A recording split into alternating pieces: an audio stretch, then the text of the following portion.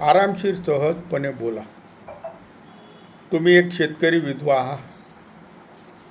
कोणत्या वर्षी आत्महत्या झाली होती? 2010 मध्ये.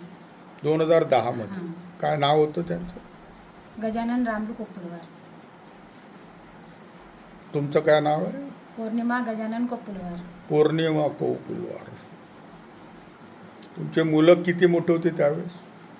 मुलगी 2री मध्ये होतं, मुलगा काय का 6वी मध्ये होता. हो काय? हं.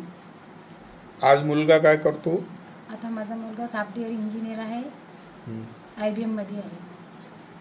मुलीचं लग्न झालं. 2010 पासून हं. तुमचं जीवन कसं गेलं? 2010 मध्ये आमचं जीवन कठीणमध्ये होतं.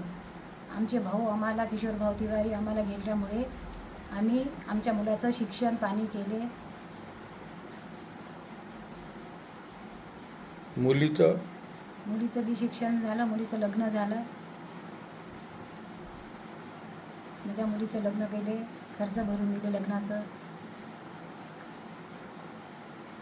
कसं तुम्हाला आज इतका प्रवास झाला तर या 16 वर्षात काय काय घडलं? आता बरेच काही काय घडलं म्हटलं तर मुलाचं शिक्षण झालं, मुलगा लागला, मुलीचं शिक्षण झालं, मुलीचं लग्न झालं, भाऊमुळे झालं सगळं हे आमचं. नाही तर आम्हाला पण आत्महत्या करून मराठी वेळ होती. भाऊ नाही सांभाळले असते तर आम्हाला.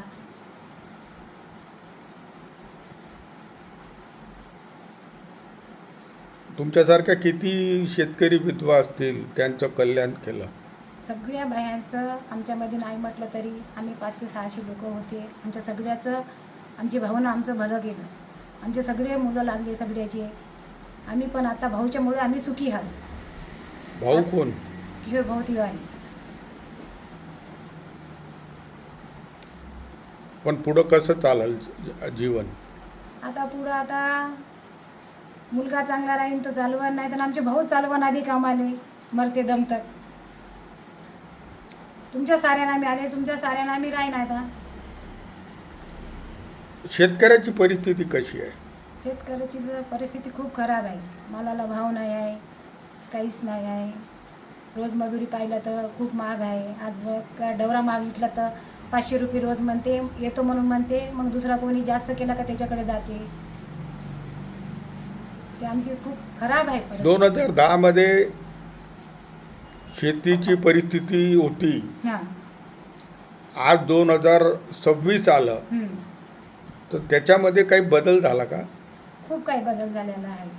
2010 मध्ये आम्हाला 150 रुपये रोज होतं, 100 रुपये रोज होतं. आता काय का एका बाईला काय का 250-300 रुपये रोज द्यावं लागत आहे, तरी ठीक नाही आमचं. त्याच्यामुळं आता खूप गंभीर आहे. मालाला भाव नाही आहे आमच्या. आम्ही काय करायचं, कसं करायचं काही समजत नाही. शेतकरी सुखी झाला का या 16 नाही वर्षात? नाही, काही सुखी नाही. शेतकरी काही सुखी नाही.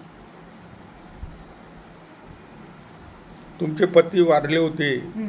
त्यावेळेस त्यांच्यावर खूप कर्ज होतं खूप तर कर्ज होतं, घरावर कर्ज काढले, स्वतः वावरावर कर्ज काढून शेवटी काही नाही उरलं शेतात तर आत्महत्या करून मरावं लागले. लहान लहानची लेकरं घेऊन मी कशी जगली, का जगली.